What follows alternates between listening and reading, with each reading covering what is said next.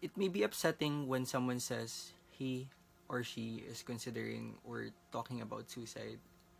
You can feel lost or confused as to how you should comfort this person. You don't know if your intervention might make the situation worse. But taking action is always the best choice.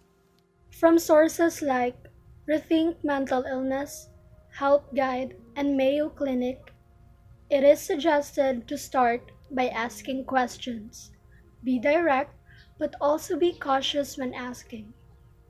Let them know that you can be trusted and that it's okay to open up. Always be mindful of your words and be sensitive to them.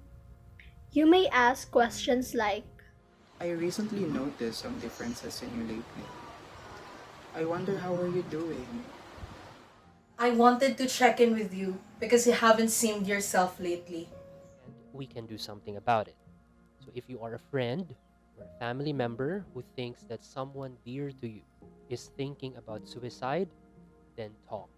Firstly, talk to experts or communicate with professionals and support groups in legitimate platforms.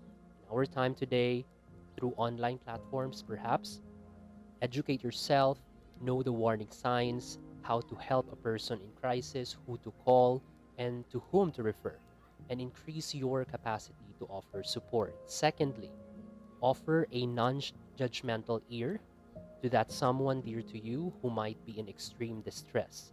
Listen and let him or her talk. Research suggests that talking about suicide does decrease suicidal thoughts and not the other way around. Additionally, the more you know about the person's plan, when and how to do it, the more information that you have, the more that you are in a position to help the person. And thirdly, talk to yourself. Your presence alone, being with that person, offering your support already has an influence to the possibility of the person's increased resilience. Now, understand that if and when that person that you are trying to help decides to take his or her own life, that is not your fault. You can only do so much, so be kind to yourself. I wish everyone a good day, be kind, and be safe. In the new normal, a way we can help is simply reaching out to them. A simple message, catching up with them, or even a video call to see how they're doing. empathize with them if they are ranting. You could say something, I can't imagine how painful it is for you, but I will try to understand. What if you're the one who's battling it? How do you cope?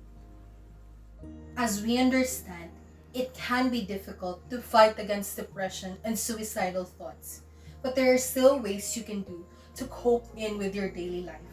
Remember, do not rush yourself, and you can cope one day at a time. Here are some ways you can take care of yourself. As stated by the Crisis Center of Tampa Bay and Mental Health Foundation of New Zealand, your suicidal thoughts are just your thoughts. You don't have to act on them. Even if it gets overwhelming sometimes, you won't always have these thoughts. Remove anything that can be used in harming yourself, or ask others to do this with or for you. It is okay to seek help from others. Try to avoid drinking alcohol or taking non-prescription or recreational drugs, as they can change the way you think and feel, mostly in unhelpful ways. Talk to someone you trust about what's on your mind whenever you need to. Spend time with them. Feel yourself being alive and being in the moment without worry. Take time off work if you need to.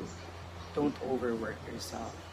It's okay to take a break, because after all, you are not a robot. You are a human. And be kind to yourself. Like your suicidal thoughts took time to appear, it will also take a while for them to fade. Live your day as best as you can, and try to not expect or pressure yourself too much. Even if it may seem that you can't move forward, it will. Trust the process, Slowly change the way you are thinking and feeling, and eventually, everything will work out just fine. Think of how far you've gone and that you will keep on going. You are not alone in the battle. You are valid and loved. Padayon lang sa kalinaw na inaasam.